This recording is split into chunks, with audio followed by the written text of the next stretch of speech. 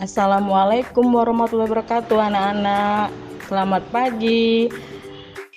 Apa kabarnya anak-anak? Semoga kalian sehat selalu.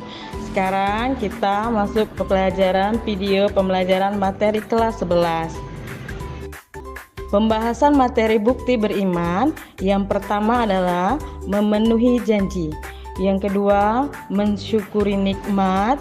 Yang ketiga, memelihara lisan. Yang keempat, menutup aib orang lain. Yang pertama adalah memenuhi janji. Padaan kata janji dalam bahasa Arab adalah akad.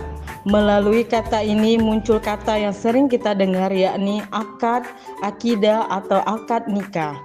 Menurut bahasa, akad berarti perjanjian atau ikatan yang kuat. Jadi, memenuhi janji merupakan kewajiban dan menjadi tanda orang itu beriman atau tidak. Itu sebabnya jika dikaitkan dengan makna bahasa, maka janji itu harus ditepati dan dipenuhi. Jenis-jenis janji. 1.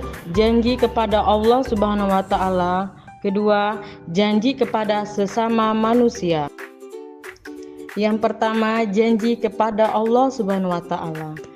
Artinya, dan ingatlah ketika Tuhanmu mengeluarkan dari sulbi tulang belakang anak cucu Adam, keturunan mereka, dan Allah mengambil kesaksian terhadap roh mereka seraya berfirman, "Bukankah aku ini Tuhanmu?" Mereka menjawab, "Betul, Engkau Tuhan kami. Kami bersaksi, kami lakukan yang demikian itu, agar di hari kiamat kamu tidak mengatakan, sesungguhnya ketika itu kami lengah terhadap ini."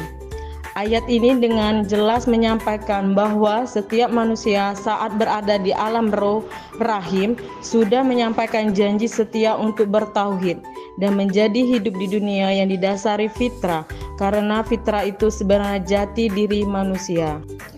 Janji kepada sesama manusia. Janji kepada manusia adalah janji-janji yang sudah dibuat dan disepakati baik sebagai pribadi maupun dengan lembaga atau pihak lain. Melalui janji-janji inilah reputasi dan nama baik dipertaruhkan. Sekali atau beberapa kali janji tidak ditepati, tanggung sendiri akibatnya. Sulit sekali menumbuhkan kepercayaan jika orang atau pihak lain sudah pernah dicerdai atau dilukai akibat janji yang tidak ditepati. Manfaat memenuhi janji. 1. Mendapatkan predikat sebagai mutakin dan menjadi sebab tergapainya sifat mutakin.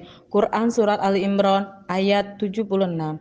Yang kedua, menjadi sebab datanya keberhasilan, keamanan dan ketentraman, serta jauh adanya konflik dan perselisihan.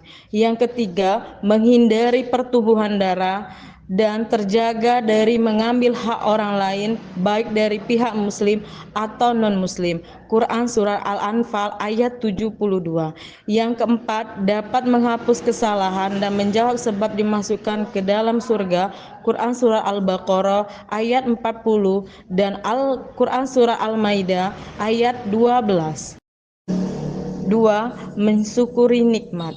Syukur menurut bahasa berarti membuka atau menampakkan. Lawan dari syukur adalah kufur yang berarti menutup dan menyembunyikan. Adapun nikmat menurut bahasa adalah pemberian, anugerah, kebaikan dan kesenangan yang diberikan manusia, baik berupa rezeki, harta, keluarga maupun yang lain. Mensyukuri nikmat adalah berterima kasih kepada Allah Subhanahu wa taala atas segala nikmat yang telah dianugerahkan kepada kita. Caranya adalah menggunakan segala nikmat tersebut sesuai dengan tujuan nikmat itu diberikan. Baik anak-anak, sekarang kita perwujudan syukur. Ayo, siapa yang tahu perwujudan syukur? Pribadi yang bersyukur kepada Allah Subhanahu wa taala ditandai dengan kepuasan hati atas segala nikmat yang diterima. Dilanjutkan dengan lisan yang selalu mengucapkan syukur, misalnya banyak-banyak mengucapkan hamdalah. Kemudian nikmat tersebut diwujudkan dan difungsikan oleh anggota tubuhnya dalam ketaatan hanya kepada Allah Subhanahu wa taala. Imam Al-Ghazali membagi syukur itu menjadi 3 bagian, yaitu ilmu, hal keadaan, dan amal perbuatan. Melalui ilmunya, seseorang menyadari bahwa segala nikmat yang diterima itu semata-mata berasal dari Allah. Subhanahu wa Ta'ala. Keadaannya menyatakan kegembiraan. Selanjutnya, amal perbuatan itu sesuai dengan desain jalan dan fungsi nikmat tersebut diberikan. Ayo, siapa yang tahu dengan keuntungan orang yang bersyukur? Yang pertama, jauh lebih produktif. Yang kedua, lebih bahagia dan optimis. Yang ketiga, manfaatnya kembali ke diri sendiri. 3. Memelihara lisan. Penggunaan lisan yang tidak terjaga menjadikan perang yang menimbulkan korban jiwa mulai dari hitungan yang kecil sampai mencapai ribuan, bahkan jutaan. Sebaliknya, melalui lisan juga muncul berbagai macam kedamaian, kesejukan, cinta, dan harapan yang tersemai di lubuk jiwa untuk satuan, puluhan, ribuan, jutaan, bahkan miliaran umat manusia. Fitnah, ghibah, dan buhtan.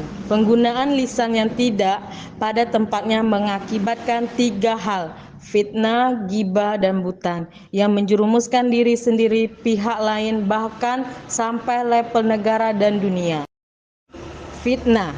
Dalam Al-Quran, fitnah memiliki beberapa arti, antara lain ujian, musibah, dan ada yang berarti siksa di akhirat. Sedangkan fitnah berdasarkan KKB adalah perkataan bohong atau tanpa berdasarkan kebenaran yang disebarkan dengan maksud menjelekkan orang lain. Ghibah dan buhtan. Ghibah adalah membicarakan orang lain yang tidak hadir sesuatu yang tidak disenanginya. Jika yang dibicarakan itu keburukan orang yang disebut tidak disandang oleh orang yang bersangkutan, itulah yang dinamakan buhtan, bohong besar. Petunjuk menjaga lisan. Menjauhi kebiasaan berkata bohong tidak bermanfaat, jangan pula berbicara yang berlebihan. Jauhi pembicaraan yang batil, kotor, dan jorok. Jangan berbicara dusta atau palsu. Jangan gunakan lisanmu untuk menggunjing. Jangan berkata kasar. Jauhi pula melakukan celaan dan melaknat orang lain. Jangan mengadu domba dan jangan pula mudah marah. Jawablah panggilan orang tua dengan sopan dan santun, serta jauhi banyak berbantah-bantahan. 4. Menutup aib orang lain. Aib adalah celah, cacat, nista, noda, perilaku hina, atau ada juga yang bermakna kiasan, yaitu arang di muka. Begitu beratnya keburukan akibat aib yang dibuka, maka siapapun jika mengetahui aib, maka hendaklah menutupi dan menyimpan rapat-rapat aib tersebut. Jangan sampai malah disebar ke layak ramai. Tidak ada satupun manusia yang ingin aibnya dibuka.